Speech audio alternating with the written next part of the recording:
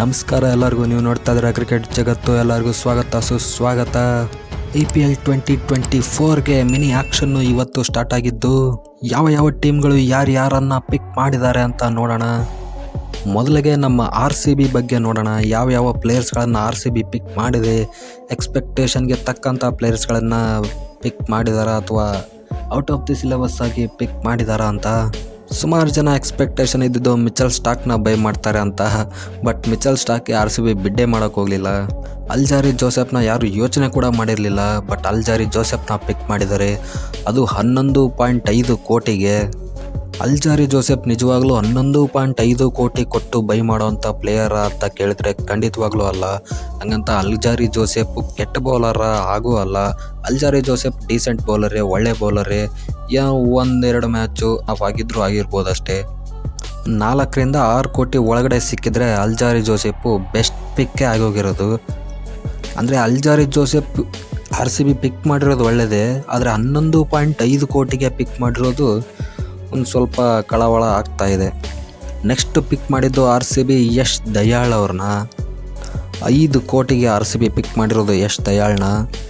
ಒಳ್ಳೆ ಪಿಕ್, ಬೆಸ್ಟ್ ಪಿಕ್ ಅಂತಲೇ ಹೇಳ್ಬೋದು ಯಶ್ ದಯಾಳು. ದುಡ್ಡು ನೋಡ್ತು ಅಂದರೆ ಒಂದು ರೇಂಜ್ಗೆ ಪರವಾಗಿಲ್ಲ ಅಂತಲೇ ಹೇಳ್ಬೋದು. ಮೂರನೇದಾಗಿ RCB ತಗೊಂಡಿರೋದು ಟಾಮ್ ಕರನ್ ಅವ್ರನ್ನ. RCBಗೆ ಒಬ್ಬ ಆಲ್ರೌಂಡರ್ ಮಿಸ್ಸಿಂಗ್ ಇತ್ತು. ಸೊ ಟಾಮ್ ಕರನ್ ಅವ್ರಿಗೆ ಮಣೆ ಹಾಕಿದ್ದಾರೆ, ಅದು 1.5 ಕೋಟಿಗೆ.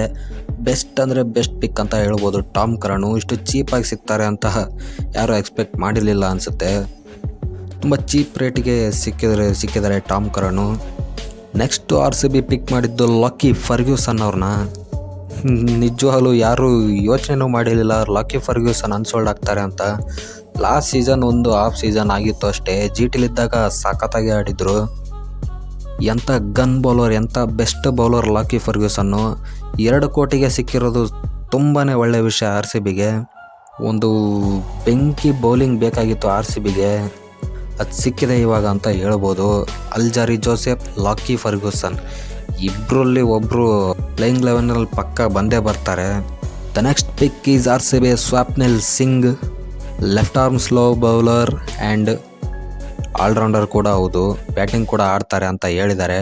20 lakhsಗೆ ತೊಗೊಂಡಿರೋದು RCB ಇವ್ರನ್ನ ಬೇಸ್ ಪ್ರೈಸ್ಗೆ. ಇವರು ಹೆಸರು ಕೇಳಿದರೆ ನಿಮಗೆ ಯಂಗ್ಸ್ಟರ್ ಅಂತ ಅನಿಸುತ್ತೆ, ಬಟ್ ಇವರು ಯಂಗ್ಸ್ಟರ್ಸ್ ಅಲ್ಲ, ಆಲ್ರೆಡಿ ಎಕ್ಸ್ಪೀರಿಯನ್ಸ್ ಪ್ಲೇಯರು. 32-33 ವರ್ಷ ಆಗಿರುವಂಥ ಪ್ಲೇಯರ್ ಇವರು. ಬಟ್ RCBಗೆ ಇನ್ನೂ ಒಂದು ಮೇನ್ ಸ್ಪಿನ್ ಅಟ್ಯಾಕ್ ಖಾಲಿನೇ ಇದೆ. ಯಾಕಂದರೆ ಹಸರಂಗಾನ ಬಿಟ್ಟಿರೋದ್ರಿಂದ RCB ಇಂಜಿನ ಮ್ಯಾಚ್ ಮಾಡುವಂಥ ಪ್ಲೇಯರ್ನ, ಗನ್ ಸ್ಪಿನ್ ಪ್ಲೇಯರ್ನ ಯಾರಾದರೂ ತಗೋಬೇಕಾಗಿತ್ತು. RCB ಯಾರನ್ನೂ ತಗೊಂಡಿಲ್ಲ.